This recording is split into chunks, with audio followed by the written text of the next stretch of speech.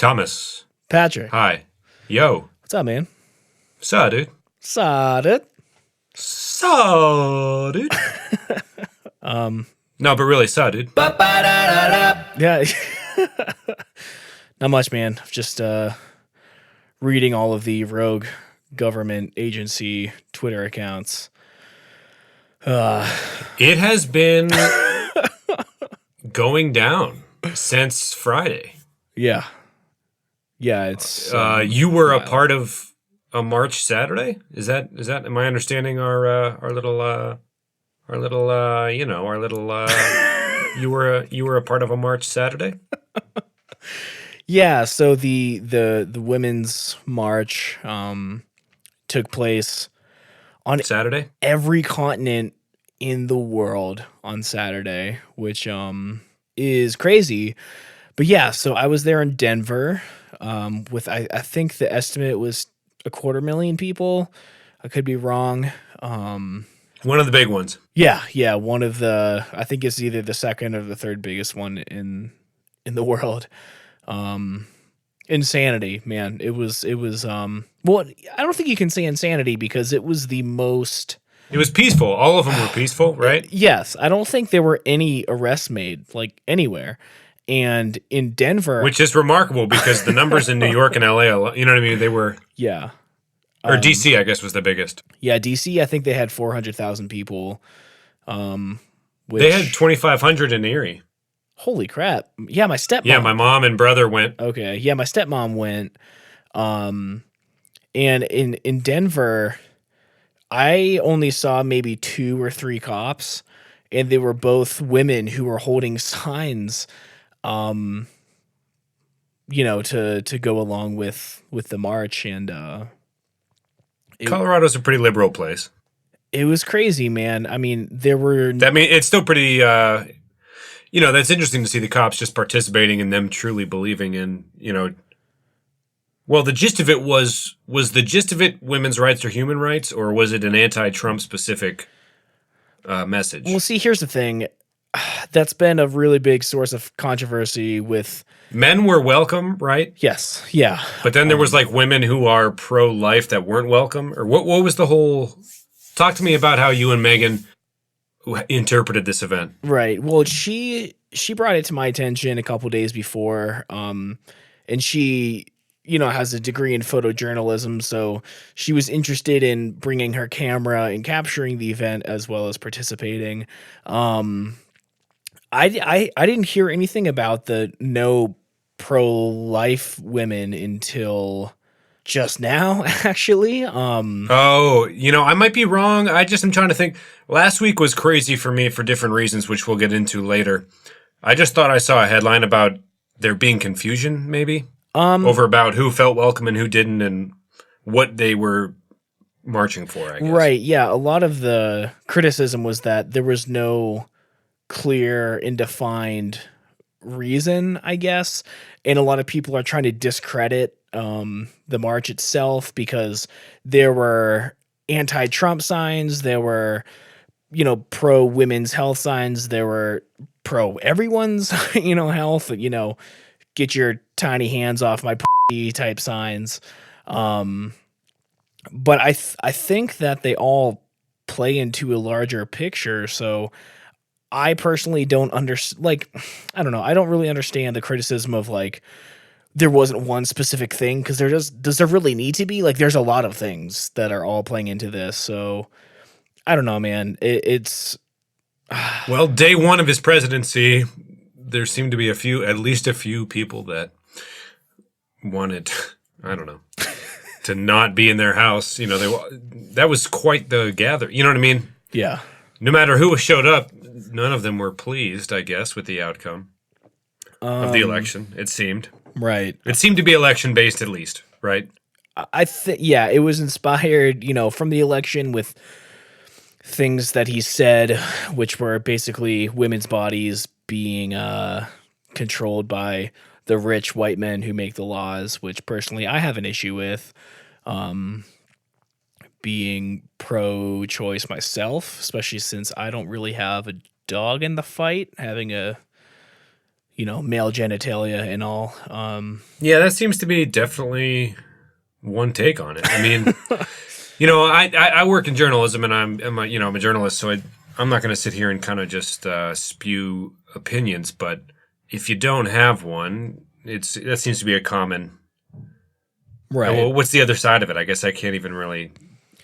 Well, some people are saying the argument comes down to when life begins, right? Is that kind of where it starts? Because there are women who believe, of certain faiths that would believe that is it when sperm touches egg, or is it when they have fingernails, technically, or I mean, there's so many weird little factoids people use. It's been a hot button issue for like a while without any headway. You know what I mean? Like usually, I don't know, like the civil rights movement.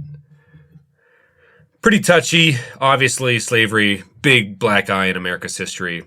People marched against it, and there was like a logical, like, equality's obviously the direction to go in, right? Human rights are important. But that wasn't obvious to everyone, At the time, right. So I guess what I'm saying now is, well, even still, it seems like people on both sides of abortion have been really going after each other for a while now. It's been at the forefront for a while, and I don't really feel... Maybe, I don't know, has pro-choice become the popular call? Or, I mean, like, or are the people who are devout... I don't even want to bring faith into it, but is it just a basic argument about when life and consciousness begins?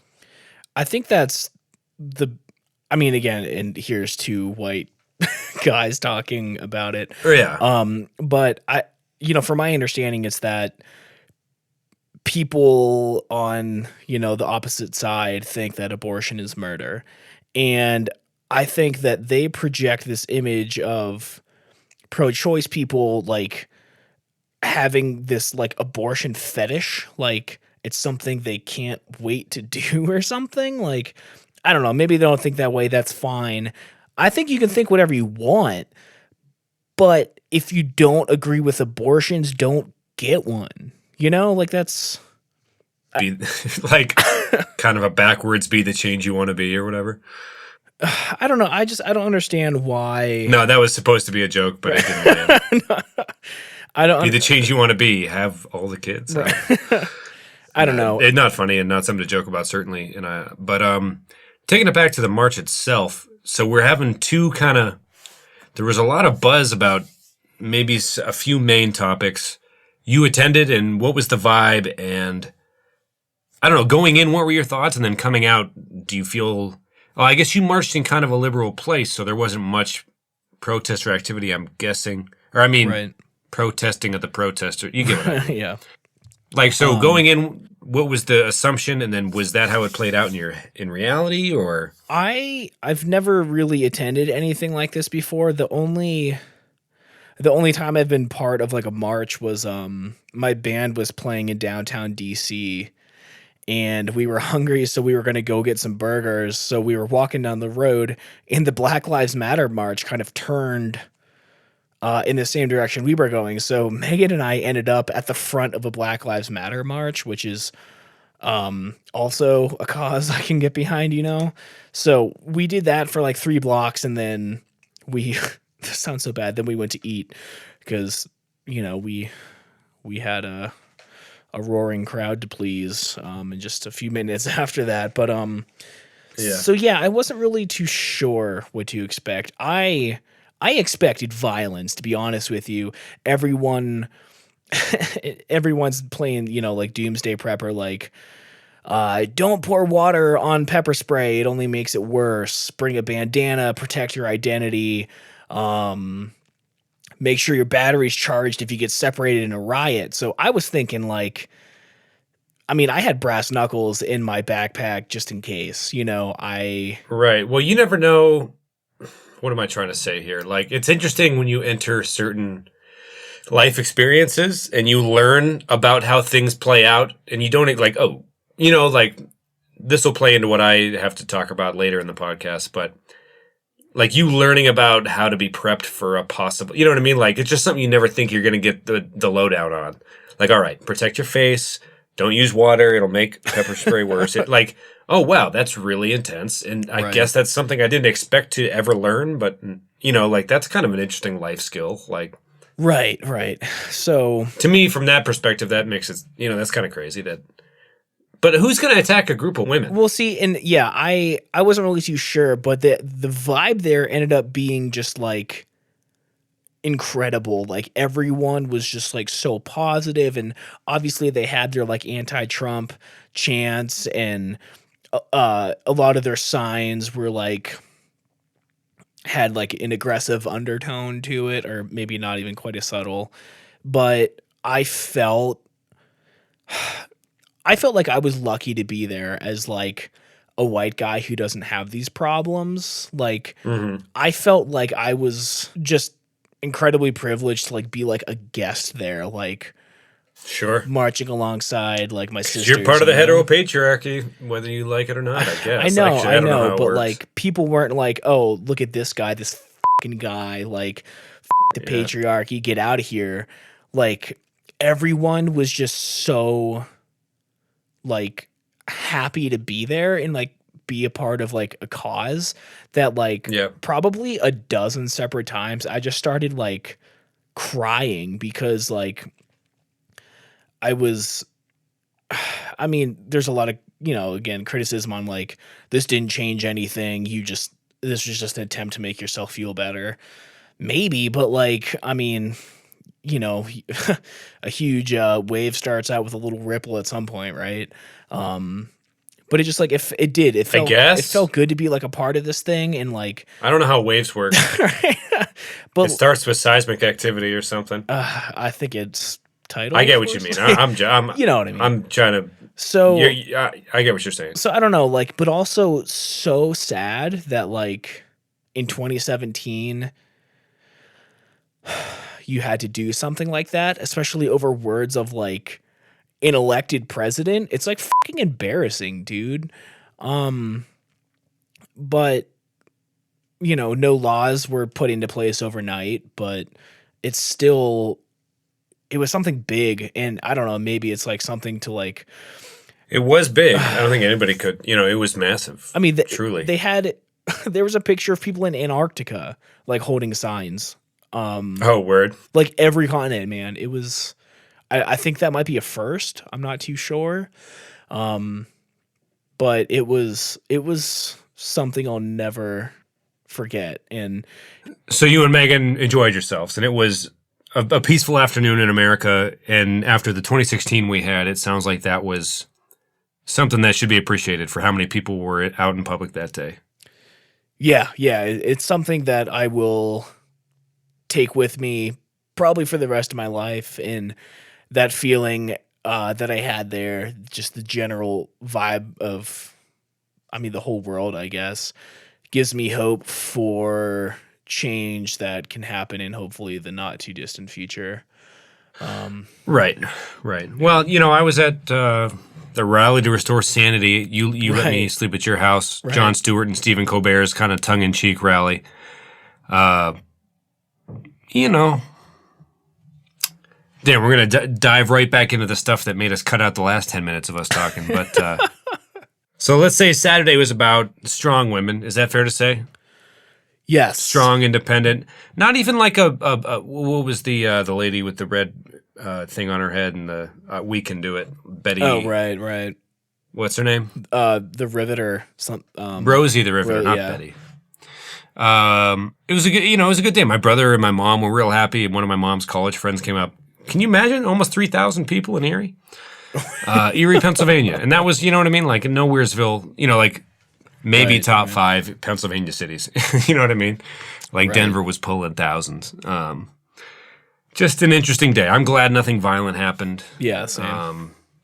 And just cool, like some of the protests lately have been, I don't know, 2016 was just kind of a mess. But what was kind of beautiful about that day is some of let me backtrack a little bit, because last episode we got pretty heavy because my grandma was hospitalized, right?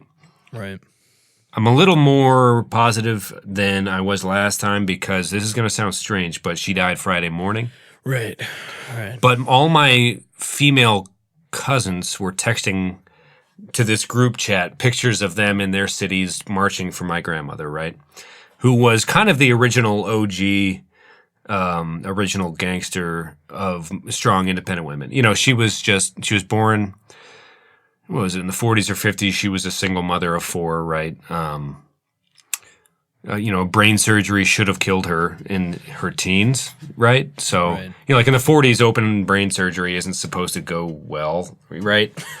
And she only lost a little bit of balance, you know? Anyway, so all my female cousins were texting pictures and like, we're marching for you, Joanne, and all that. And it was just, at least within our family, it was a good vibe for that reason, if that makes any sense.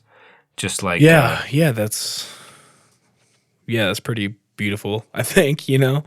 It was weirdly good timing. You know, I posted to Instagram a picture, you know, and I think the caption was something like, this is not a bad day to post a picture of my incredibly strong grandmother, Joanne. Right. And it was this picture of her, which we hadn't seen any of these photos. We spent 6 hours on Saturday going through thousands of photos, you know. Wow. I didn't go to any marches or anything like that because my dad and I had to get the slideshow to the funeral home guys. But there's one of her in her front yard just with her hand on her hip, and she just kind of has this look like, I dare you to f*** with me. You know what I mean? Not even that.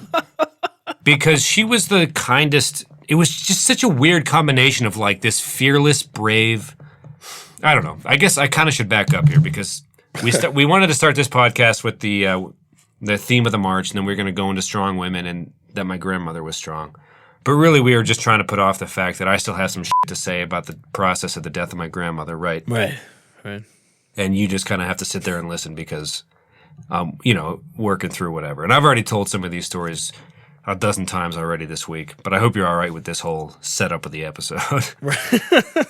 Yeah, so where did we leave off? Your grandma was a badass back in the Oh, no, I mean last episode. She was back in the nursing home. Maybe? Yes. So she was back in the nursing home, but then I got a text Thursday morning. She had been put back.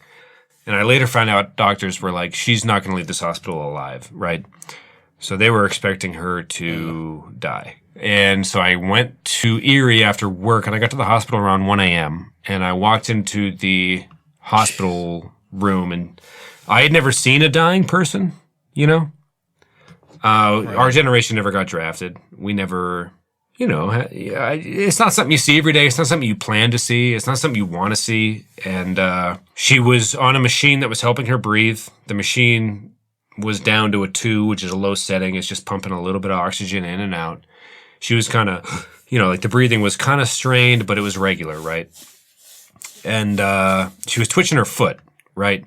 So something I learned about a decomposing... So like your biological makeup is, if any doctors want to write into the show and tell me what I'm about to fuck up in the next 10 minutes when I describe all this, feel free. But this is my interpretation of what I heard from different people in passing throughout the weekend, right?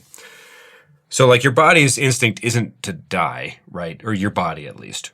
That's not to say the mind or soul or whatever you believe. Right. Just your body is not built to die, right? So when it starts to decompose, the limbs get purple and cold, right, from the outside in, and the breathing becomes irregular. So, like, this is somebody who isn't dying in a car crash, isn't dying of, like, a heart attack suddenly, right? This is somebody who's in a bed, and they've started the morphine drip, and they're in a hospital, and they're waiting for the organs to give out. These are some of the things that they've noticed bodies tend to do. Right. So she was still twitching her foot. There's still blood pumping into her legs. All her extremities are warm. The breathing has been regular for hours now, right, on the machine. But they have started her on morphine to make her, quote, as comfortable as possible, something people hear a lot of, right? Right. So my mom was glad I came back because I was able to talk my dad into getting at least a little sleep. We left the hospital around 3 a.m., and she was doing fine. My mom stayed until my Aunt Colleen got there in the morning, and it was my Aunt Colleen's shift. And then my dad and I returned around 7 or 8 the next morning, right? So we got like 3 hours of sleep and returned. And my mom said she didn't see anything. We went out to breakfast because I was planning to just go visit my grandma and whisper in her ear that I loved her and go back to work, right? Because I texted Katie, my sister, a picture of her vitals, and she was like, shit, those look good. Right. You know, so like when you're that old, it could be the simplest infection that really starts to turn your organs, right? But her body was still developing a fever to fight the infection. You know, her body was still fighting the sickness. So that's pretty high level stuff, and they're already dripping her full of morphine. Don't get me wrong, the doctors weren't wrong because this story ends with her not surviving it. Yeah. You know what I mean? But it's just kind of like, what? Her foot is twitching and she has a fever. She's trying to fight it. Can't you do, you know what I mean? So like you're running through all these emotions and like dumb logic. They're like, you're not going to question the doctor. And of course they were right. But so she's still pretty high functioning, even in the early morning. And that's the only reason my dad went to take a nap, because he's like, my grandma was so strong, right? So we expected her to last till when we're recording right now. I think her body could have lasted breathing in that bed till right now. When we're recording this on a Wednesday night, I remember telling my dad she could last till Thursday. Easy. She still has a fever. Her limbs are warm. She's twitching her foot, Like, this wasn't supposed to happen. So we get there in the morning, and the doctor is talking to my Uncle Mike and my Aunt Colleen about if she survives the weekend, which we expect her to, we'll have to bring her to somebody's house, and we'll send a hospice nurse so you don't have to rack up a huge hospital bill, and she can die peacefully in one of your homes, and, the nurse will be around to clean her and things like that. Anyway, they clean her up and give her the bath in the hospital, and we're like, okay, sure, it's Friday morning, but Monday they'll take her to probably my dad's house, right, or my childhood home. And so we go back into the room, and her hair is kind of combed over, and they have her propped up in the bed, and we're just sitting there talking. The mood is weirdly light. You know what I mean? Right. The kids are just like, it's so weird. Like, so I saw a dying body for the first time, but it was shocking to me how quick it seems so normal. It seems so regular to just, like, you just forget about it or something. You know what I mean? Like, you're talking to your Aunt Colleen and you're like, oh yes, my grandmother's dying in the bed over there. It's just like something, it's kind of surreal to even be around anything like that, which I had never had again before. So they clean her up, and, they shift the body around and comb her hair and clean her up, and she's still in the same state. And the in-house Eucharistic minister comes in. For all you non-Christian and Catholics out there, we eat these crackers that are the body of Christ, right? She couldn't consume any, so there was a little ceremony. And if you ask my dad or my Uncle Mike or my Aunt Colleen, they might tell you this lady was either a ghost or a voodoo master, or, as my Aunt Colleen put it, a little more evangelical than we're used to. But she comes in and does a couple Our Fathers and a couple Hail Marys, and then she enters into and as I walk through the valley in the shadow of death, the Lord is my shepherd, and I fear no evil, for I have faith in his staff, and you know what I mean? Like, I am without sin. Basically, I'm in the valley of the shadow of death. I am without sin. I'm a badass motherfucker. And you know what I mean? Like, death is on the other side of this valley, and I am there. I cannot be more pure because the Lord is my fucking shepherd, and I will beat you know what I mean? Like, the serpent of sin shall be struck down. Like, I'm going to heaven. Nothing can fucking stop me. I am, you know what I mean? I am a devout motherfucker. To me, it was like a Pulp Fiction vibe on like this. My dad thought it was inappropriate, but looking back, all it was just a Bible verse. You know what I mean? Yeah. And that verse has always really got something inside me, just gets revved up when I hear that. And it was weird. So my grandma's breathing has been regular for about 12 hours now, right? At least to my knowledge from when I got there. She let out this moan, right? Just like, like the first noise, the first time it wasn't just struggled breathing for 8 hours, 12 hours, whatever. Right. And then she continues on, and you're like, I will beat down the head of the serpent, and blah, blah, blah. You are without sin. The Lord is your shepherd. This and that. And then she leaves, and then she turns around and is like, also, this is a new day for America. And my Aunt Colleen was like, get the fuck out of here. Like, oh my God. Yeah, this lady was really old. And again, we didn't even see her again the rest of the day or whatever, obviously. But so she starts talking to us about Trump's America real quick. And my aunt was like, I said it under my breath. I'm like, you did not say that under your breath. My aunt was just like, oh my God, get the fuck out, get the fuck out, right? Like, my mom's dying. You just like, this was like some weird exorcism shit, first of all, a little too intense for our taste. And don't even turn around and, like, for a quick aside, it made me remember like how many old voters there are in this country. You know what I mean? Like, how many people that age are just like watching Fox News chilling? Anyway, not important. Right. She turned around and then maybe went to hell or heaven or disappeared or vaporized. We don't even know again. Like, the joke became that day as people went through the stages of grief rapidly was like, you ask a hospital employee, like, hey, yeah, that Eucharistic minister, what's her name? Like, what Eucharistic minister? You know what I mean? Like, the devil just came to your room and just tried to, you know what I mean? Anyway, so I didn't view her as that, really. That became a joke to try to deal with how sad it was. But I viewed it as her really arming my grandmother for the listeners out there. My grandma was diagnosed with dementia 10 years ago, right? So some of my family members don't think she's even really been with us for that long, you know, so they were the ones that cried the hardest this weekend. But to me, those last 5 minutes, I think she knew exactly what's going on. She knew who was in the room. She knew what just happened with that religious ceremony. And she felt prepared, I think, because she moaned once. The lady left the room.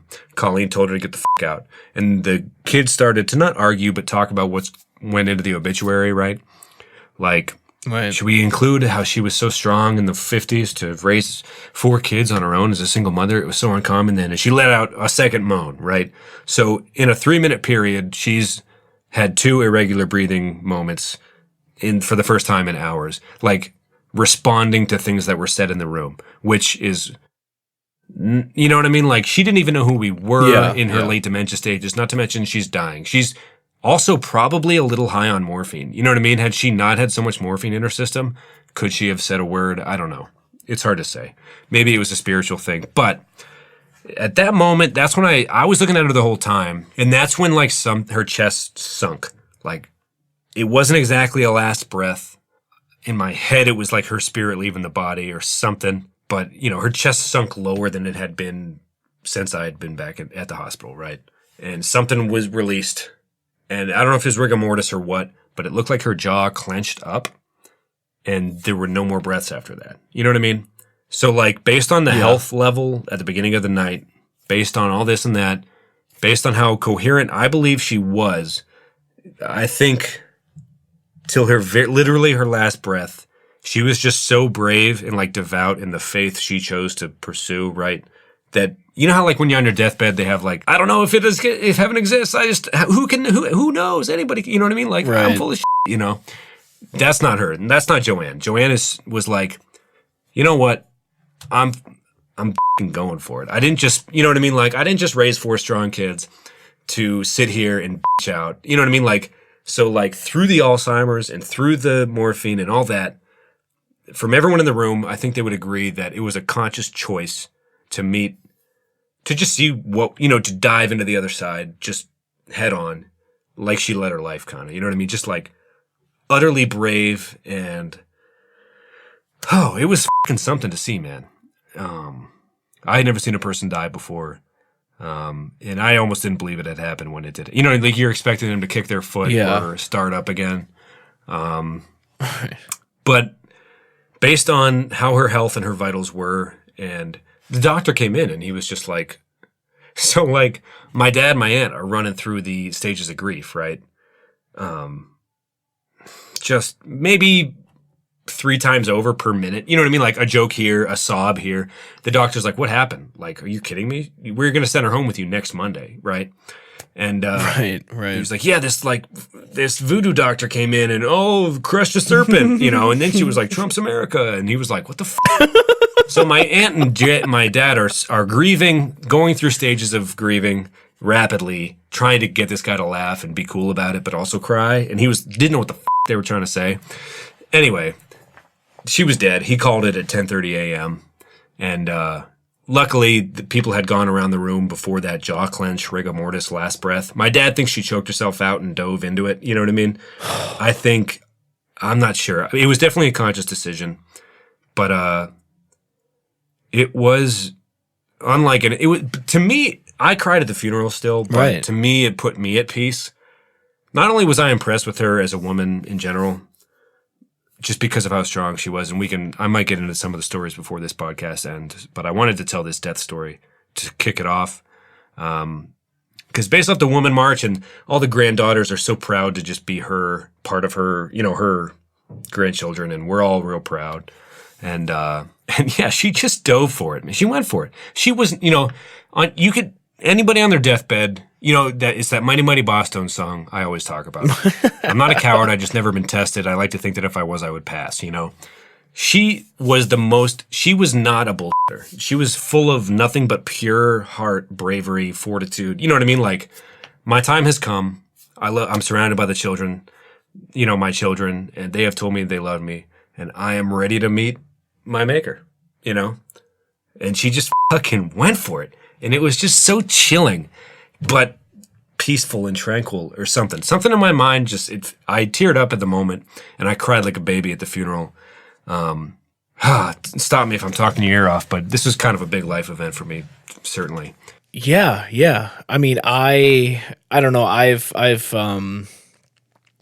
had, grandparents leave me, was never around for it. So it's something I've never experienced, but, God, man, that sounds like, I don't even really know what to say about it. Like, that sounds really, really intense. And I think the fact that, I think on the last episode we left off where you were feeling guilty that you were in town and spent the whole time with your dad and didn't go visit. Yeah. And I think that, when she needed everyone there the most, you were all able to be there. Yeah. Which, I mean, the doctor thought that she would hold out a bit longer, but maybe in her head that would be the last time that you all are together and there for her. So that was like the perfect time, So I was kind of the grandkid representative because I was the closest geographically. So people rag on technology and millennials a lot, but so every one of my cousins was able to send a little video message that said, "Hi, Grandma, this is Beth. I love you. Hi, Grandma, this is Jeanette. I love you so much," Right. And we just kept playing that in her ear all night, or my mom did, It's just like, because I guess the doctors kind of encourage you to whisper in your loved one's ears when they're circling the drain like that, to be like, it's okay to let go. You led a great life, and we're here for you. We love you. You're so brave. It's weird because apparently there's, you never know what they hear and digest, but you're like supposed to encourage them once it's time, right? Right. So that was a really cool technology moment where like all the grandkids had this little 10-second clip of like, "Grandma, it's me," she always called my brother Mr. John, "Hello, Mr. John," and like, "Hey, Grandma, it's Mr. John. I love you. I love you so much." And my mom, I'm starting to I'll drift into the emotional stuff back into it as I retell the story, but she had that ringing in her ear all night. Something had to register, something, because she was definitely with it for the last 5 minutes of her life. She was despite the morphine, reacting with moans, and then all of a sudden it was just gone, Yeah. And, probably the most telling story, I won't bore you with a bunch of family stories, but, I kind of wanted to end this episode on an uplifting thing because last week was down, but we wanted to start doing an uplifting segment type stuff, right? Right. So, my cousin Beth wrote a really beautiful Facebook status that might sound counterintuitive, or not. Anyway, just let me read it because these are Joanne Holmes's tips for leading a fulfilling life. And, maybe we can stop after each one and discuss it if you'd like. Yeah. But I'll as I look it up, I'll tell this quick story. So my dad's dad they married young after the brain surgery though. And, they moved to Alaska and then back to Erie eventually, but they had 4 kids in a relatively short amount of time, like over the course of 6 years or something like that, right? Jeez. Maybe 10. Right, exactly. So, but she found out that he had another kid in Erie that we still don't know who it is. My dad jokes that he hoped he never dated her in high school, right? So somebody my dad age is his half sibling somewhere in Erie. And so as the story goes, and I'm kind of drifting through what people told me this past weekend, but, he didn't leave her. She might have kicked him out, like the original strong woman, right? Like, how about no? You know what I mean? Like, I don't care if this is the 40s or 50s or whatever, just get the out of my house. So he went and had another family and started another family in Indianapolis.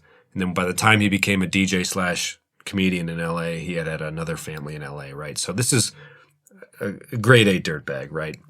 Okay. You know what I found out this weekend, though, circling back to the positivity thing? and Joanne's rules for leading a fulfilling life, that she never spoke ill of him, as far as anybody could tell this weekend. And even at the end of his life, when he was running out of money, he never gave her a dime of child support. And she sent him money towards the end of his life because he needed some. I don't know if kindness is the ultimate fuck you, but it's just like... Right. Like, she was, to me, and maybe, I don't know, I don't want to be looking through star-colored or pink-colored or whatever the glasses you look through when you're editorializing, but that is almost sainthood level. Like, are you kidding, right? Like, to never really speak ill of him and then send him money because he needed the help. You know what I mean? Right. My grandma never had... All she ever had, she gave to her loved ones and her kids and the church, you know? And whatever she had left, she gave to anyone she would meet randomly. You know what I mean? She was just kind to strangers. It was almost absurd how, I don't know, how purely good she was. But I have pulled up my cousin Beth's tips for fulfilling life. This is her list of things my grandma did and her characteristics that I want to share with our listeners, however many or few they may be, because I want you to really think about what you've ever complained about. You know what I mean? And I know on this podcast we think it's funny to swear and this and that, but like you said last week, on the note of trying to keep it positive. Okay, so my grandma, number one, talked to total strangers all the time. She had this inherent belief that people are good, and why the hell not? You know, during my dad's eulogy, he referenced this song. I think it was a Randy Newman song, like... The song was about God up, and he was sending famine and flood down at the people, and all they could say was, "Blessed are we, baby." You know, how blessed are we? You know, and to him, that was who my grandma was. Like, they lived in the projects. You know, my grandpa wasn't around, but every situation she's smiling, and you know, like, cool. Let's put on goofy hats and party. You know what I mean? Like, everything's gravy, babe. You know what I mean? Like, let's wake up. It's a new day. You know. And she was better than nobody, and she would treat she would just talk to everybody, right? And that's kind of a beautiful sentiment in itself. I'll skip through a few of these quick. Went to church every day. She rode her bike around town, kind of active, right? Right. My Beth said she helped my female cousins figure out how to do things for themselves and be independent, right? And that was kind of her MO. She raised 4 kids on her own, right? She volunteered all the time, including she led a Girl Scout troop for like 20 years. And she went to the National Jamboree and just like shaped the lives of like dozens of young girls in Erie, right?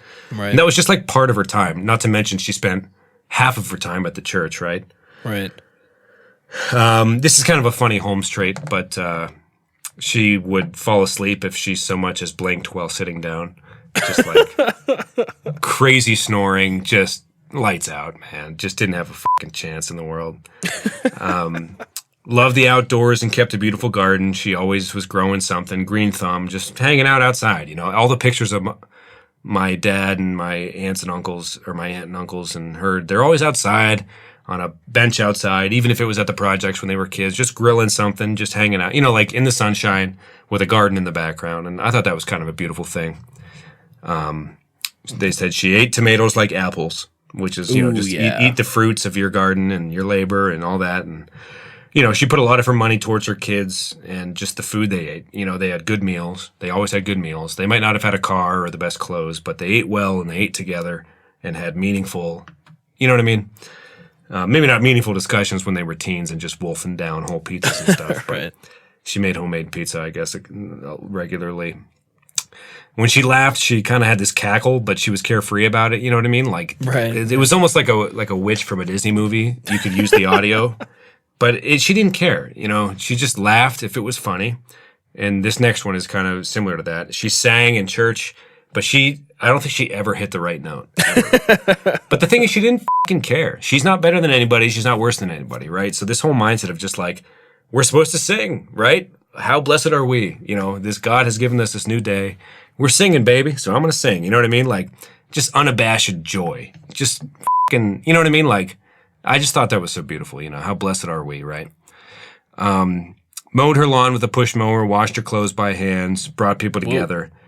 Was never embarrassed about who she was. That's back to the singing thing. But these last two are big, right? Never complained and loved everyone. You know, that's the list. I wanted to run through it. Again, thanks for this last half hour has been me rambling, but we can make it more of a discussion thing moving forward. But I just, to me, that replaces the 10 Commandments, Yeah. No idols, no nothing, no fire and brimstone, just pure unadulterated love for your fellow man, and not a f***ing care in the world about how good you can sing, how rich you are. No holier than thou bull.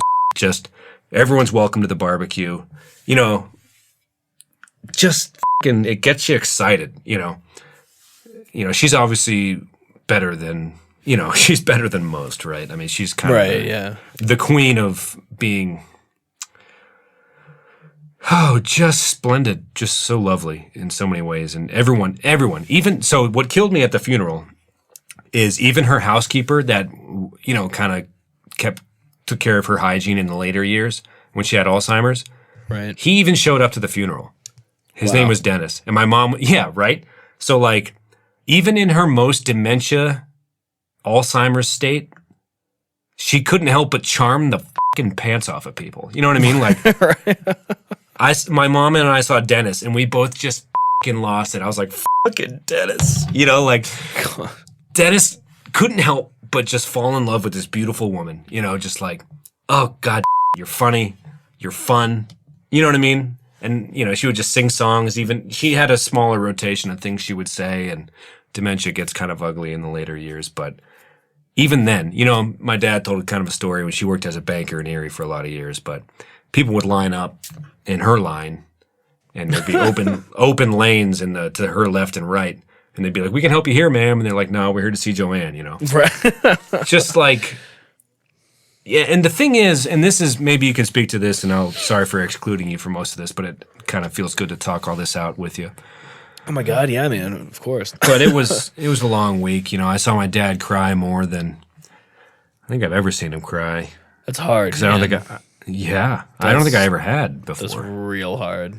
And we don't really hug, me and him, because so my grandma's mom, my dad's grandma, was like pretty German. My grandma's maiden name was Rarick. I'm just kind of like, I think we talked about her last week maybe, but like, you've never learned your suits, right. Just never smiling almost. But in pictures she did, obviously. But, stories become tall tales over time, but just like tough love, German. So my dad and I never really hugged, but I tried to hug him a couple times this weekend, but he didn't really take to it. So just handshake and leave, I guess. He's been a really loving dad throughout my life, but for whatever reason, whenever we're on the phone, it's just like, all right, love you, bye. Like rush through it, like, right. But not like in a gay way or something. Like it's weird. And so even today, I was driving back to Cleveland to get back to work because I took Monday and Tuesday off, and he just kind of just like was tearing up, shook my hand, and I was just like, all right, man, maybe I'm not the guy you want to hug from. I just didn't really know how to play that one, I guess. But from that point of view, I think he was glad I showed up last Sunday and glad I was around to help go through the pictures. Right. But, he was still trying to act tough in front of me, which I don't know. He didn't have a dad, so he didn't get to have a good thing. So I don't even know if he's a good version of what dads are supposed to be. I'm pretty sure he is a bomb version. But I don't know if you wanted to speak to that or something, or have been through similar situations with your dad. Well, I mean, my dad and I have a really close relationship. Well, you're closer. I think we might have talked about this in brief, but right. So you talked to him. You talked to him about like relationships and stuff. I've talked to my dad about more personal stuff than I have like any of my friends. I mean, it's like that kind of thing, Sure. And that goes for my stepmom too. I think for the most part, because the two of them are pretty much together constantly. And, I call her mom as well because she's pretty awesome. So, yeah, I mean, I'm definitely someone who very like affectionate, likes the hugging, the physical contact stuff, even like strangers. Love hugging strangers, dude. Yeah. Bring it on in. Right, man. It's just like such a good thing. On you. Like, we hug a lot when we're around, and Zach and all that. So I feel like if I don't know, if my dad was kind of hardened like that, I feel like it would be difficult because I feel like the reason my relationship with him is so good is because of the intimacy, but I also see where like when you see that family member kind of crumble or like cry, it makes it that much harder to see. Like I've seen my dad cry like once maybe because he's always been like the strong one, Right. And that was like, yeah, man, that was hard, man. Do you mind if I ask what it was regarding? Um, You don't have to answer. I don't remember. I call my dad a lot with my issues. And he he'll talk me through them a couple of times, but if I keep calling him with the same issue, I think I've said this before, he'll be like, you need to stop acting like a child and fucking do something about it. Like, I'll listen to it, but like you gotta try to like fix this, whatever the issue is. But I caught him on, he's gone through a lot of issues, like health issues with the bacterial infection on his spinal cord that the doctor said like if he survives he'll probably be paralyzed. So that was bad. He hasn't worked since. He can only walk for about an hour at a time, and then he's in really bad pain. Like he missed the. How old's your dad? He's 54, 55. So he's getting up there a little bit. Yeah, and he couldn't go to the women's march because he can't be on his feet for that long, and he had issues with. He was, out of work for like 3 years, and his job was trying to not give him the disability he's paid into, and I just must have caught him on a bad day, and he needed someone to talk to, So I kind of, was kind of venting all my problems, which seem trivial now, but he kind of Yeah, you're a young scrapper. So he started telling me like the shit that he was going through, and like I said, he's always like the strong one, like it's gonna be okay, you'll get through it, but like God, like the way he said it, man, it was like dude, like you're supposed to be the strong one. I don't know. It was just like it was so hard to hear that my dad was like struggling or having a hard time because like he's always been the one to help me when I'm having a hard time, and it's just was it like money troubles or no? It was just like his whole life changed, and Oh, right. Was this back in the day of the divorce? No, this is like recently, like with okay. Like because of his deteriorating health. Because of the back pain, they had to. So like around your spinal column, you have like your vertebrae, right, and the spinal column goes down the middle. There was this bacterial infection wrapped all the way up, starting at the bottom. The doctors had to cut off a third of his bottom 5 vertebrae to scrape off this infection. God damn, dude. So his bottom 5 vertebrae are missing like chunks out of it. And if something hits that spot just right or he falls just right, he doesn't have that protection. It could just snap his fucking spinal column, dude. So he's basically lives in constant pain. Can they rebuild it? No. What? Why did they do that procedure? He was like would have died. The infection would have just totally eaten away. So he just got nothing guarding the good stuff. Yeah, and he's like fine. It's not like a patting him on the back the wrong way is gonna kill him, but still though, dude, that's not. They had him on super heavy painkillers for a long time. That's dangerous, dude. Opiates are f***ed up. I know, man, and that's how you OD from heroin, right there, man. And tell that to anyone in America in 2016. Right. It's a serious fucking problem. No joke. Overprescribing of opiates. Big pharma. I hate to get political again, but yeah, he would be like high as from these painkillers and still in pain. And Oh, God. the painkillers were causing health issues. And it's just, Yeah.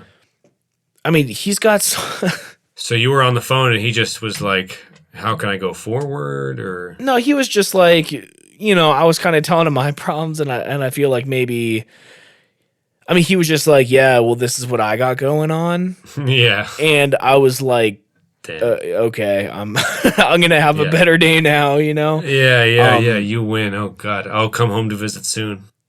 Yeah, man. I mean, and it wasn't to make me feel guilty, but it was Right, it was you hard. just needed someone you know? to talk to, like you said. Yeah, it was really hard, man. And yeah, so those moments are not fun. When you're cornerstone, But they're, kind of, it's a memory you have, and it's real as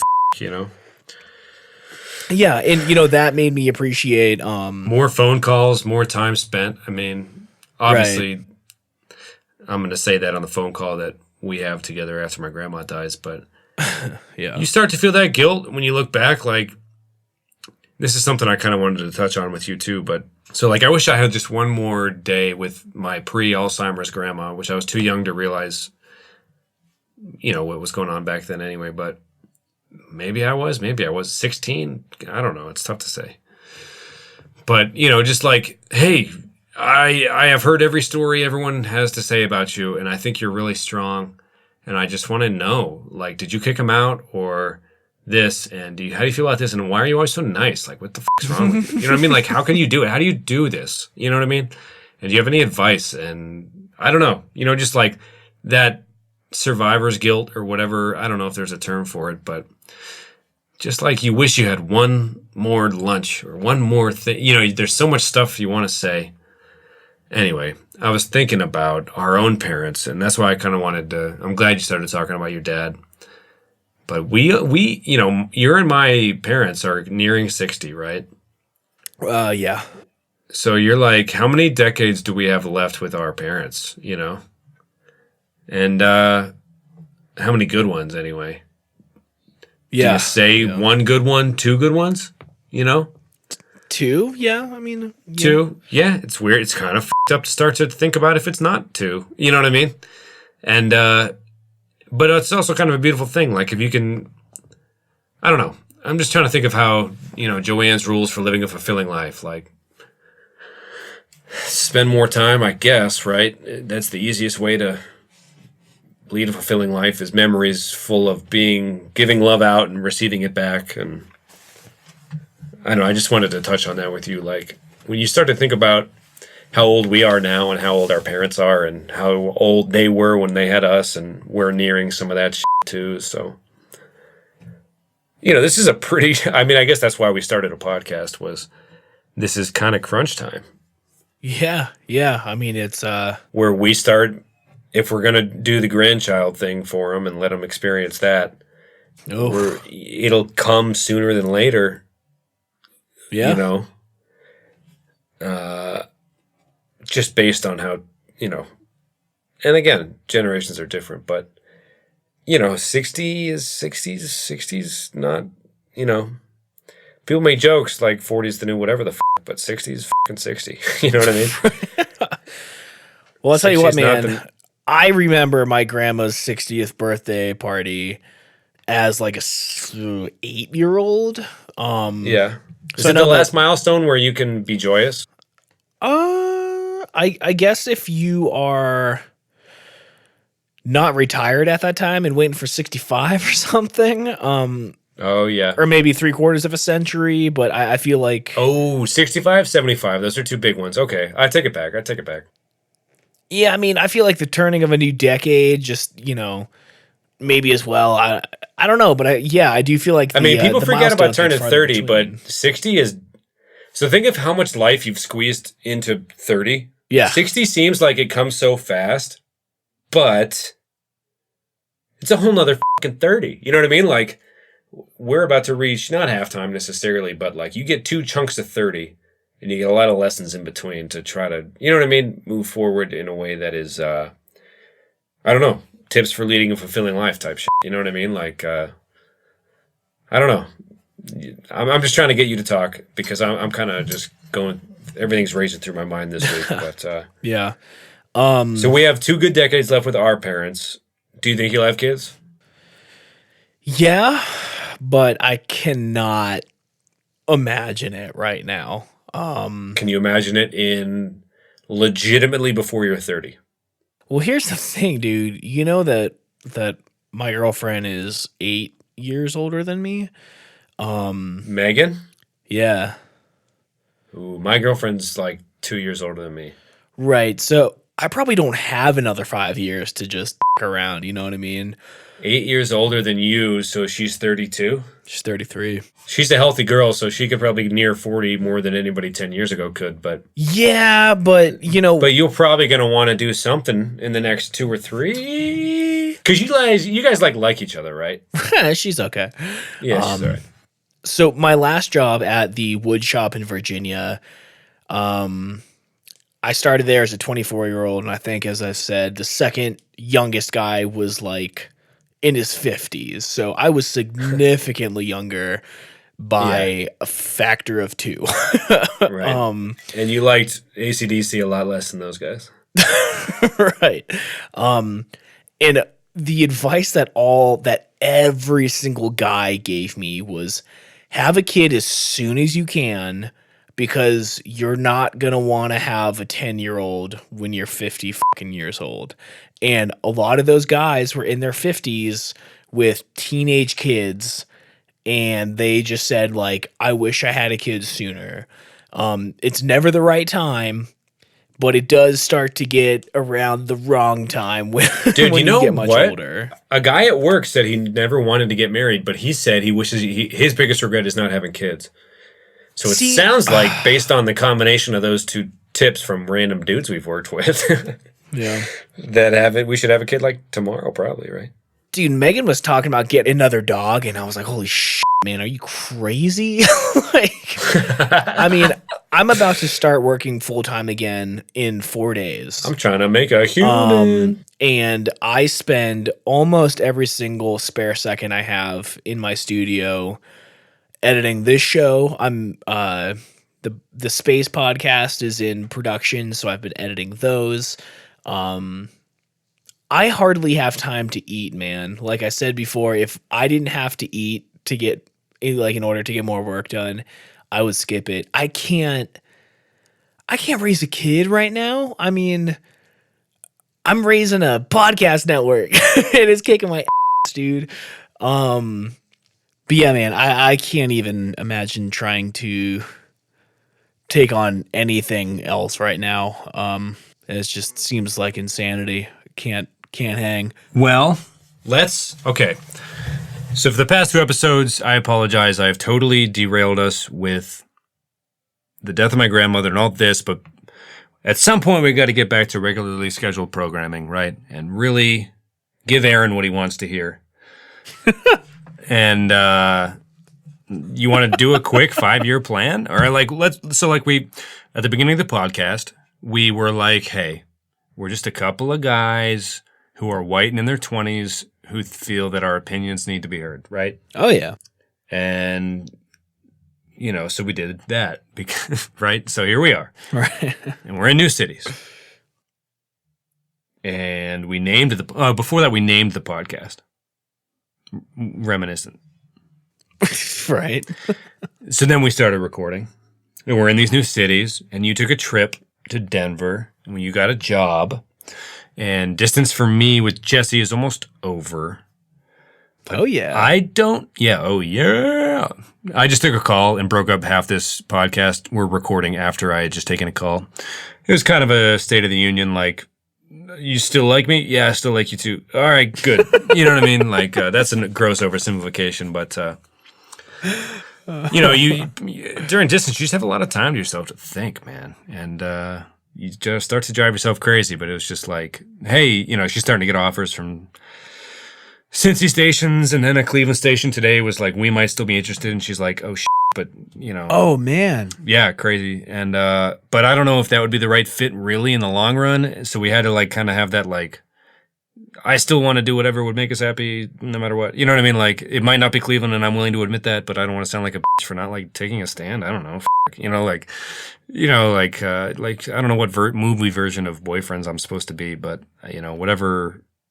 You know what I mean? Like, if you want to go thinking Cincy's a better choice for your career and stuff, man, that's fine. I don't know. Like, I don't know, man. I don't know. I don't even know if I like Cleveland as much as I thought I would, and I just want distance to be over mostly, and I don't know.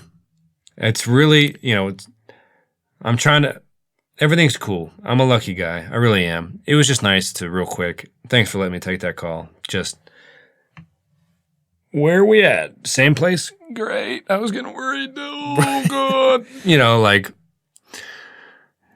Driving myself nuts. But, so we're at a point in the podcast where we're double-digit episodes deep. Should we start to look towards the future, or at least an extended present? And will you ever shave the beard? Ever?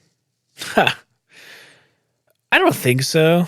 No. So we shouldn't look ahead to the future? No, let's look ahead to the future. But the beard's going to stay. Beard's going to stay. Cool. I mixed that up in my head. If you edit out that burp, I'm going to be so pissed off at you. I will. You will? Yeah. What about this audio? I'm going to drag this out so you can't cut it because we're short on time this week. And then we're like, why is he talking about a burp? I didn't hear anything at all. You cut out one of your own sneezes and coughs, but left in me saying excuse you or something in like episode 7 or something. Really? Yeah, I thought I heard that, and I was like, now I sound like a goddamn idiid. I found just talking to the ghosts. Yeah, I remember that. I was talking with the ghost. Saying, please don't insist.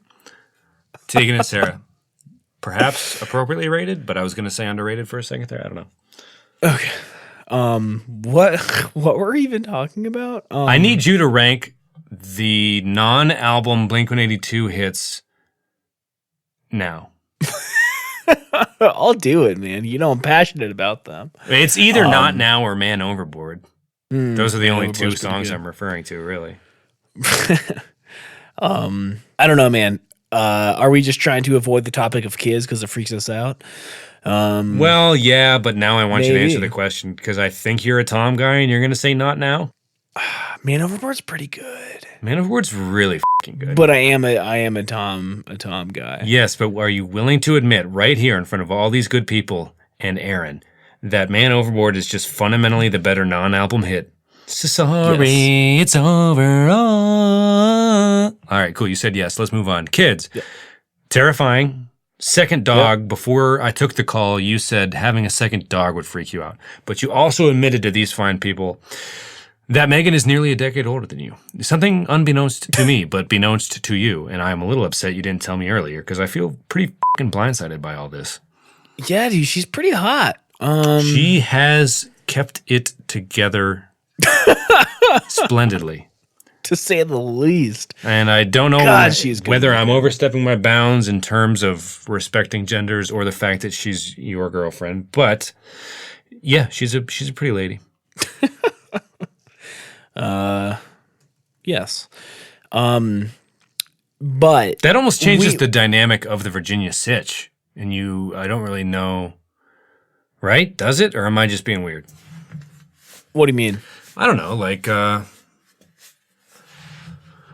don't know what I'm trying to say. She would have been how old when you first moved in with her parents? And, I don't know, like did you ever talk to her dad and like get insight from him about the situation? Did he ever try to offer up unwarranted advice? I mean, like maybe instead of looking ahead, and we'll touch on kids in a different, or maybe even later today, but heading before the move to Denver real quick, as a quick aside, did they try to just like tell you what they thought, or like were they trying to be, I don't know, were they cool or what? It was, because I thought she was 26 at the time, but she was like 30. I think when we moved in, she was 31. Okay. And we moved in because, which is super common nowadays. I'm not even saying it like that. I'm just I'm honestly curious. I think that she was done with grad school at that time. Okay. But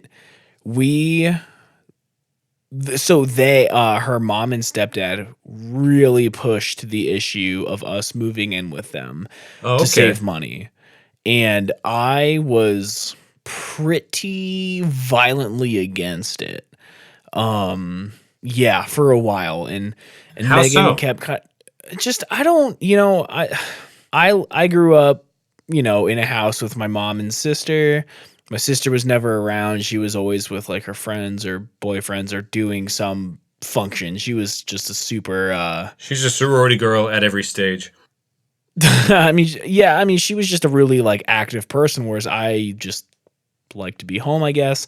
My mom wasn't home much, so I feel like I've pretty much been alone, kind of raising myself since I was like as long as I can remember. I Little mean, I don't know. puppy. I started like working when I was 15 and like buying a lot of my own food. I bought my own clothes. Um, so to backtrack to this place that I mean, especially like never even really been with like, you know, uh, two parental figures, who were home all the time. Like, I just didn't want it. Like, I like my freedom, the independence. Like, I just want to walk around the house naked and not give a shit about anything, basically. But then I started thinking, like at the time I was making $15 an hour managing this coffee shop, and I was making an additional like $70 a day in tips. So like I was making like 22, $23 an hour. Actually no, that's more like, yeah, $25 an hour. And I I didn't know how to budget back then, so it was still kind of a struggle to pay all my bills because my student loans are out of control. So I finally figured, like, dude, whatever. If I cannot be throwing away $750 a month for rent, maybe it would be a good idea. We'll be there 6 months, and then we'll move out. We'll get our own place, and everything will be awesome. The problem with that, though, was that we moved so far away from my job. I had to quit that job making like $25 an hour and take one where I only made about 12 an hour. So I really f***ed myself I was actually worse off than I was before.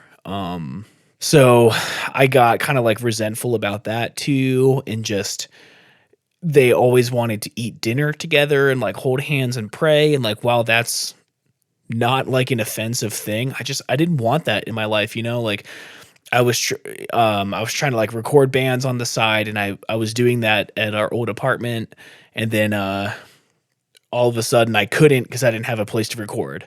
So I had no money. I had to quit a job that paid well for an awful job that didn't pay well. I couldn't follow my passion and try to record. And then, as soon as I got home from work, it was like dinner time, and they wanted to sit around and talk for a couple hours, and then they would go to bed. So I couldn't even like work on my own music. Like I totally lost a sense of like who I was. And that's basically like, I mean, they were super nice people. Like I shouldn't be complaining, but Right. for 2 years, it was just like, what am I doing, man? And like, Does Megan know all this? yeah, we talked about it a lot. And they wanted to be so involved. They wanted us to come down and watch TV with them. Like they wanted us to be around them all the time. They were just like And crazy supportive, but they just weren't really in touch with what you felt would have been more helpful or something. yeah, and they just Like they were doing nothing wrong at all, but for whatever reason, circumstantially, it was almost counterproductive in a way. I guess so. I don't know. It was just It seems like they were really just difficult. excited and nice and just like a misguided enthusiasm or something. Yeah, and I don't know. I don't want to just like sit here and like talk shit because I don't think you are. I mean, think you're saying that they were just super generous and you were just like, I don't know. I don't think you're talking shit at all. To me, they come off as really generous in that story. It's just like bad timing of if nothing else. Yeah, I mean, to me, it seemed like. And then you came to Denver. I mean, eventually, whatever you said was going to eventually happen did happen. Yeah, it took a year and a half longer than I thought, but it eventually did. Ooh, I got a segue. Oh yeah. Now that you know what you know from there, and it lasting longer than you expected that phase, you talked about kids and shit. Like, Do you have anything set up to, you know what I mean? Like not find yourself in a 2-year rut again? Or like now that you're free, like, do you have what you wanted, or are you working towards something, or? I mean, I knew that it would be hard to transition. We weren't like buying groceries or anything. And I think that's been the biggest shock, like how much food costs, and especially like Peanut butter is crazy fucking expensive. well, not only that, like, so I've been vegetarian. No, it is only that, Tom. I don't want to talk about groceries unless it's peanut butter related and how ridiculously expensive it is. I've been eating 2 PB&Js a day, for lunch at work, and yeah, it's expensive, man. Especially if you want the economy jar.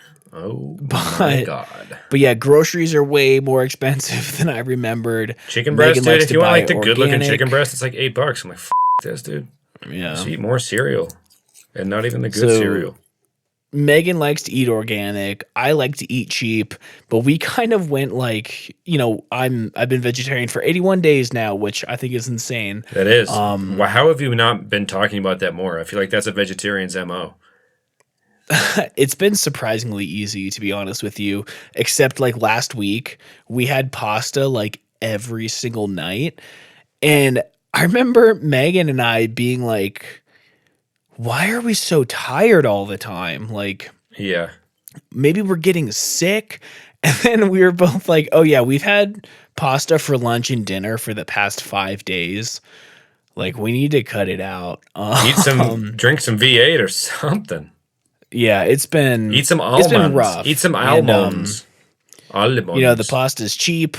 We could pretty much eat dinner for like $2 if we go that route. But even still, man, like I just doubled my expenses by moving out of their house, and I cut my pay in half. So I'm like, the UPS job, there was a $250 a week bonus. That's been gone for 2 weeks. Oh yeah. I'm working basically 20 hours a week for $10 an hour. I'm not going to make rent this month. I owe Megan a lot of money. And I'm going to owe her more after next week. I am behind on car insurance. When do you start at Tesla, dude? Well, I start at Solar City on Monday. Tomorrow's my last shift at UPS, and I cannot wait. So you're 2 weeks away from your first paycheck? Yeah. But I need to get my money situation back in order. Then I can finally start like going out and seeing the city, because I haven't been outside. Like I don't have the money for gas to go anywhere. I rode my bike the other day. There's nothing around here, man. Yeah, but I mean, like, Joanne, dude, go plant a tomato seed or some shit. Well, I rode my bike last Friday, Saturday. There you go. It was like one of my New Year's resolutions. I was going to go ride for about an hour. So I rode into Denver. And then I rode like through like the tall buildings to get like downtown proper, and I'm thinking like, okay, I have to be home by 2:30. I'm going to ride my bike west, find the bike path, go back home. Well, I rode straight north for like a half an hour, before I looked at my map thinking like, man, did I really ride like that far east? So I rode almost outside of Denver going straight north when I live south. So I was running late to get home to meet Megan at 2:30, and I accidentally rode 30 miles and for over 2 hours. And that's good. That's the most I've seen in the city, but I was beat, man, but I feel like my lungs are finally acclimated to the altitude. Ooh, it takes a little while. But like I have some pretty bad asthma, and I wasn't really huffing and puffing until the end because I was really rushed to get home because I was already like a half an hour late. Did you bring a puffer? No, dude, I didn't even need it. I was fine. Yeah, but what if you like die though? Shoot, might be for the best. Tom. You're allowed to have those thoughts, but I mean, like, we're trying to be positive, and if you're not going to even try, right, then what the are we even doing here? But anyway, I feel like... How blessed are we, dude? You just went on a dope bike ride, and you've been eating pasta. Like, you probably get real good at making pasta. chilling. You about to go get a motherfucking job? Yeah, I'm so excited to start the job. And the only thing that could be a remote negative, I feel like, is the fact that the loans thing seems like you're kind of treading water. You know what I mean? yeah, I owe them over $1,000 right now for less than 2 months of payments. And I had to call them yesterday and just be like, dude, I'm not paying you. I can't. Yeah. So that will never get resolved unless I like double my salary and just throw $1,000 a month at the loans. I mean, it's the only way they're going to go down. My dad seems to think that what's happening with the student loan situation will be pretty comparable to the housing market collapse, and a lot of debt's just going to go away. That'd be pretty cool. Well, Navient just got sued, I think. They declined everything last time I checked, but in certain cases, they weren't treating people correctly. Right. I mean, the Art Institute, where I have a degree from, got sued for like $3 trillion. Whoa. Did you get any money back? No, I probably won't. I don't know. I don't want to get too negative with that. Well, either, then, Tom, this whole positivity thing was your idea, but if you want to just be negative, I mean, just let me know. I'll just pile on. Well, do you want to go into our highlight of the week and then our song of the week? And yes, but I also want you to look at our listeners in the fucking face and tell them that we're going to give them a fucking show next week. We're going to give you a show next week. Tom. I want you to start thinking in terms of Joanne, because I watched her die the other day, and I'm not just saying that for the sympathy, but we do have one life to live. I don't know what she saw the moment she decided to face this shit, but I know that there were fucking thousands of people impacted by her life, just by the things we talked about earlier, loving the outside, giving what you have, not pretending you're better or worse than anybody else, being unabashedly yourself, and just how blessed are we type shit. You know what I mean? So I guess on the how blessed are we type vibe and trying to keep it positive, I want you to work your ass off Monday and get excited for this job, and I want you to tell the good people that listen to this podcast that we're going to give them a fucking show next week. Yeah. I mean, we'll be recording on Tuesday again, and you hear that? You hear that, people? You fucking hear that? We're gonna be back on schedule, and I'll have a new exciting job. And we hired a hype man, right? World. What? We hired a hype man to like make sound effects in the background. Yeah, next week will be good. Wait, it's just we did, didn't we? What? Yeah. Cool. We got what's his name? We got Lil Yachty. You got Little Yachty? Yeah. He's cold like a Sprite soda, dude. I sent him a quick text. I said, I don't know. I don't even know who that is. Mumble in my ear. Oh, yes. So, highlight of the week, you want to do it? I just want to know. I just want to know that when last week you were on this highlight of the week vibe, that I didn't think you were gonna just give up this easily, Tom. I know that it's been a tough week, but I need to know that if we start doing this, we are really gonna start to dig in and try to lead more fulfilling lives. You only get the love back you give out. You know what I mean? You put out, you get back, put some shit out into this fucking world, Tom. I don't mean to soapbox on you because this isn't really your fault. You know, this is coming from a different place. But yes, let's do it. Let's fucking do it. And then let's hit the ground. Let's just fucking rip the fucking cover off the ball next week. Let's just fucking do it. Let's fucking do it. Aaron, we're sorry. I'm sorry. The schedule's been off. Stuff we couldn't control. Should we have not recorded? Debatable. I don't know. But we're going to get back to it. Here's the highlight of the week. Tom, 3, 2, 1. Ba-da-da, ba-da-da. All right. So I talked, at length about the Women's March. And that might be a highlight of many, many weeks to come.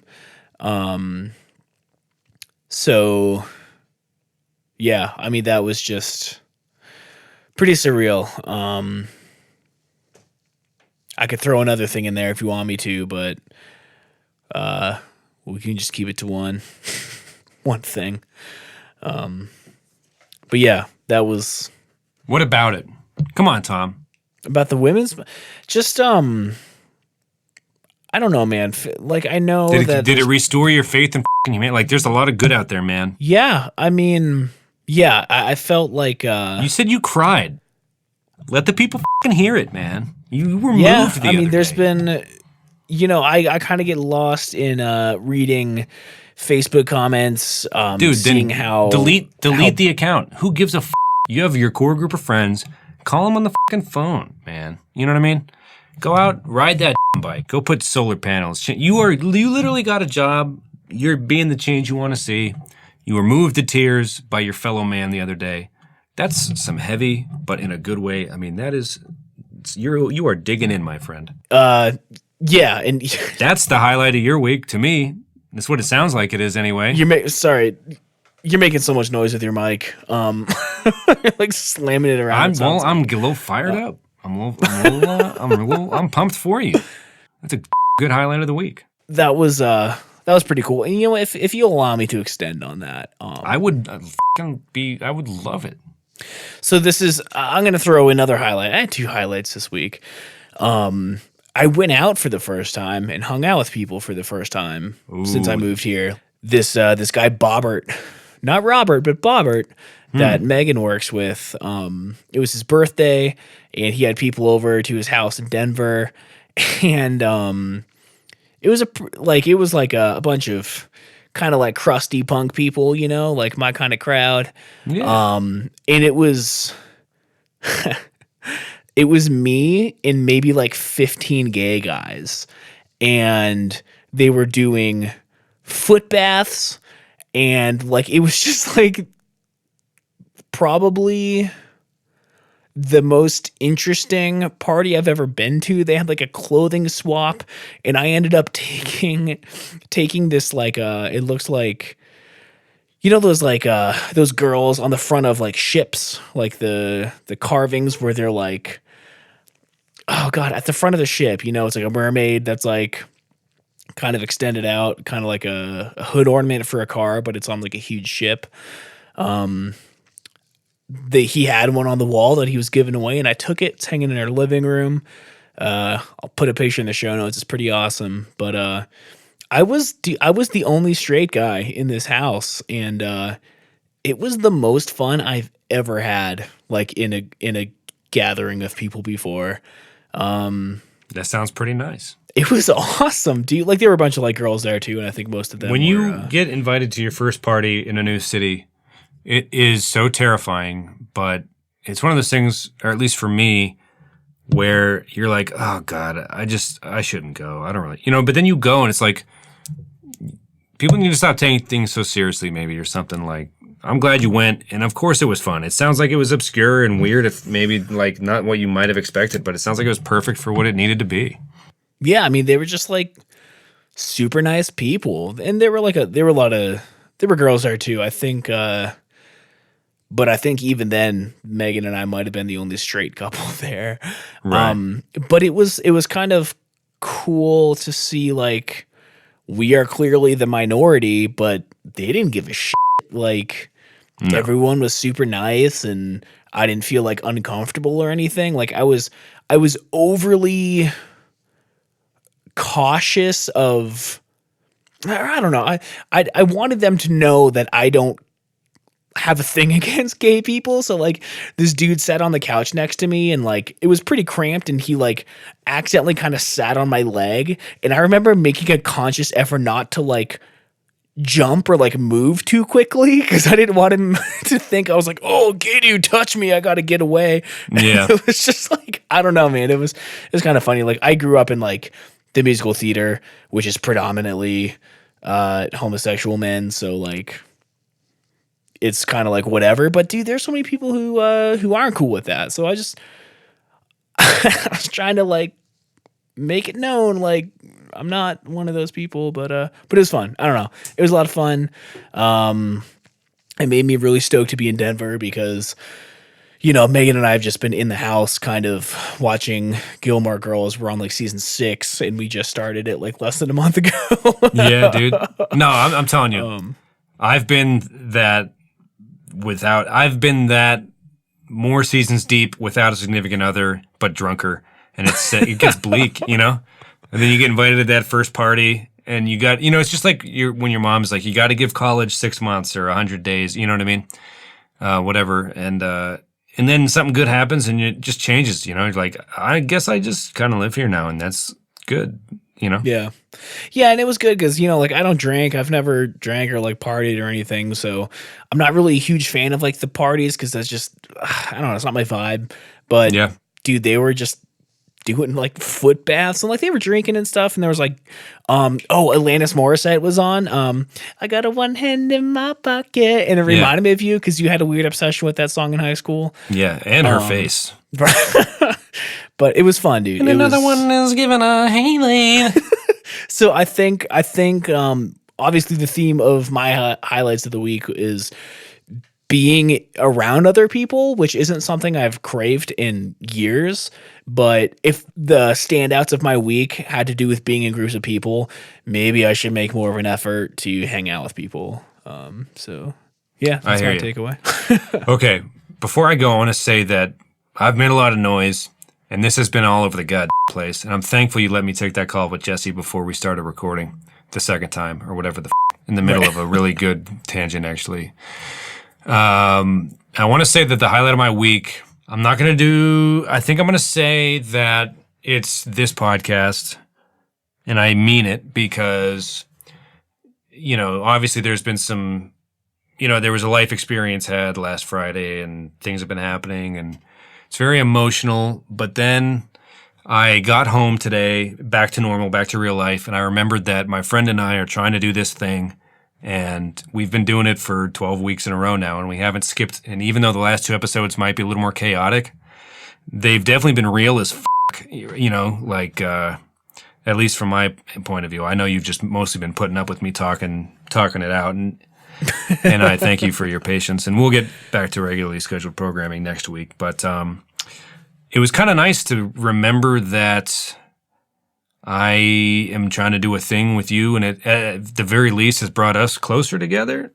And kind of, it's nice to talk stuff out. And we didn't really talk that much, maybe the occasional text for like years there.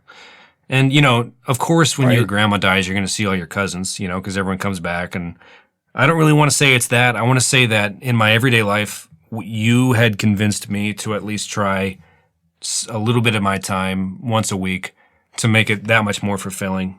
You know what I mean?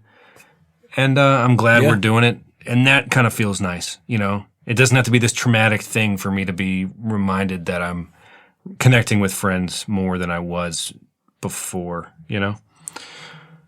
And that is the highlight of my week so far. It won't be the fact that I'm doing the podcast I'm supposed to be saying the highlight on every week, I promise. But I just wanted to explain kind of my mindset moving forward, more fulfilling moments and things like that. John. I want to say that I don't really have a song because I've been listening to that Moose Blood album for the last 3 weeks. It's so good. Yeah, it's called Blush. I think Knuckles is the best song, but I don't know if it is. Oh, really? Yeah. You should watch the music video. Is it good? It's pretty funny. Okay, yeah. I'll watch it. Did I already tell the good people about Martha, the band?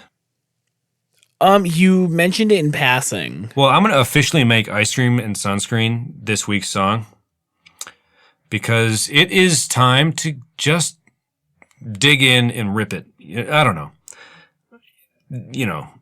Yeah. I watched a person die this week, and I'm not saying it's a crisis thing. It's just there are such little things we can do every day, and I want you to listen to that fucking song, Aaron, and I want you to just, think about all the stuff that's free that you can do that's very small that can make a very significant change in your own and many others' lives, So, yeah. I don't know. I feel I'm in a better place than I was last week. And again, thanks for listening to Tom. But I'm glad I have been doing this. And, everyone always has better lines than we would think up now, like "go be good to each other" or something. Like, I feel like some talk show host already said shit like that, but that's kind of the vibe I want to portray. What about your tune? Yeah.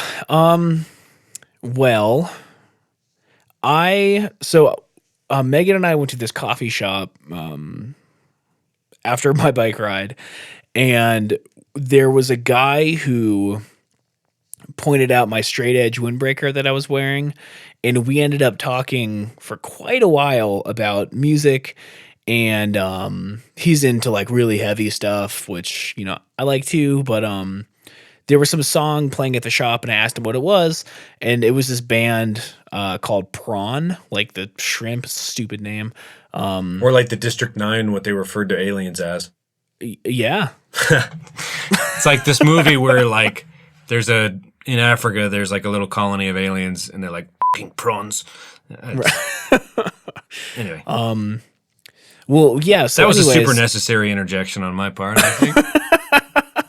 What about that movie some people may have seen? So this song by Prawn was like really good. So when I got home, I have Apple Music, I downloaded everything that Prawn's ever recorded, and it was just on shuffle in my car. I'm not a shuffle kind of person, but this song came on, and I was like, this song is so tight. And it took me a while to realize it wasn't even Prawn. It was this band called Moving Mountains that did a split EP with Prawn. Oh. And this song called Abby Normal, like Abby, the name, 2 words, Abby Normal. It's like a joke from a Mel Brooks movie from Young Frankenstein, I think. Okay. Like abnormal. And this is the skull of Abby Normal. And again, another super worthwhile interjection there. Killing me, man. I am absolutely just butchering this podcast this week, and I am dragging you through the mud every fucking inch, clawing, and you are just waiting for an out, but you still had one more thought. Well, 11 is my lucky number. Maybe we'll just call it and leave it at episode 11 here. But anyway, yeah, the song Abby Normal by Moving Mountains. I honestly think the chorus might be the weakest part of the song, but the verses just like take me away, man. It's a really, really beautiful song. Pretty mellow. I think it's something you might, cool, appreciate. Yeah. So I've got that. And did you listen to Julien Baker from last week? No. You said it was Moose Blood and Direct Hit. No, that was 2 weeks ago, man. No way. Yeah. What are you talking about? I've been listening to the Moose Blood record on repeat. Yeah, it's so good. The production's just outstanding. Yeah, it's really something else. Yeah. But no, I didn't. What's Julien Baker again? It's called Something. The song. She's a solo artist. Phenomenal. A dude from Richmond recorded her album. I interviewed him as well for the production. Oh, I remember you saying you interviewed somebody. Because when I come back into my studio, and I'm usually consuming something. So one of the weeks I was sick, and I had an orange juice container that was empty that I had written Moose Blood and Direct Hit onto. But I didn't have anything written down last week, so there was just a bunch of empty beer cans, so I guess that explains it, huh? Sure. Yeah, you were feeling pretty good by the end of that one. Yeah. To say the least. So I don't know. I mean, Julien Baker's great. You should listen to that to catch up. That's a super depressing song. Oh, my computer just went black. So yeah. What was the other one? Julien Baker and Moving Mountains. I'll send you a link to it. Listeners, you can find it in the show notes. Can they follow us on Twitter or no? Yeah, they can do that. Yeah, okay. If you find us _ reminiscent FM is where you will find us.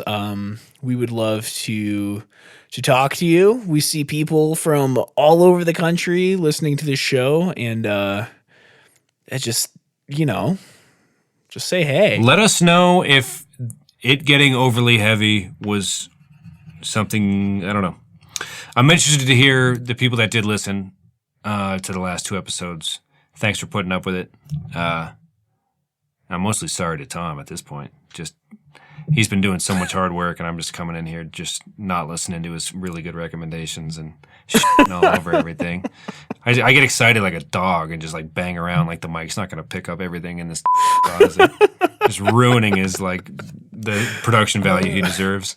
So I just follow us, get a conversation going, tell us what you think. What do you let's get a little give and take going. Yeah.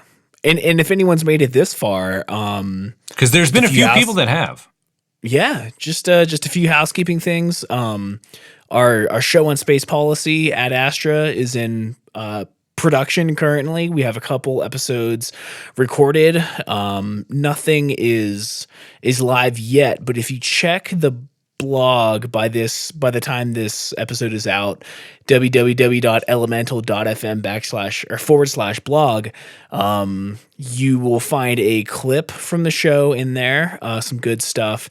And also, starting tomorrow, we will be launching the editorial section of the website where hosts will publish companion pieces to their shows as well as other contributors to the website. So there will be more than just podcasts. You can also read breaking news from any contributors or just opinions and some hot takes. There's a lot of things going on, and the network will be officially launched sometime in the near future with more shows. We have artwork going on for everything. All kinds of stuff, man. It's been super busy. So we're working hard to bring you more amazing shows. If there's anything you would like to hear, if there's a podcast that you're just dying to hear and can't find it anywhere, let us know what you'd like to hear, because we're trying to bring you as many good shows as we possibly can. So yeah, check out elemental.fm. You can see who's been working behind the scenes on this network for you. It's Tom. It's me. There's some good people on board that you'll get to know very soon, and you'll get to know very well. So I'm excited about that. Yeah, dude. I guess until next time. Yeah, I guess. Yeah. Okay. All right. Bye, man. All right. Love you, dude. Bye. Bye, everybody. Ba ba ba ba ba ba ba.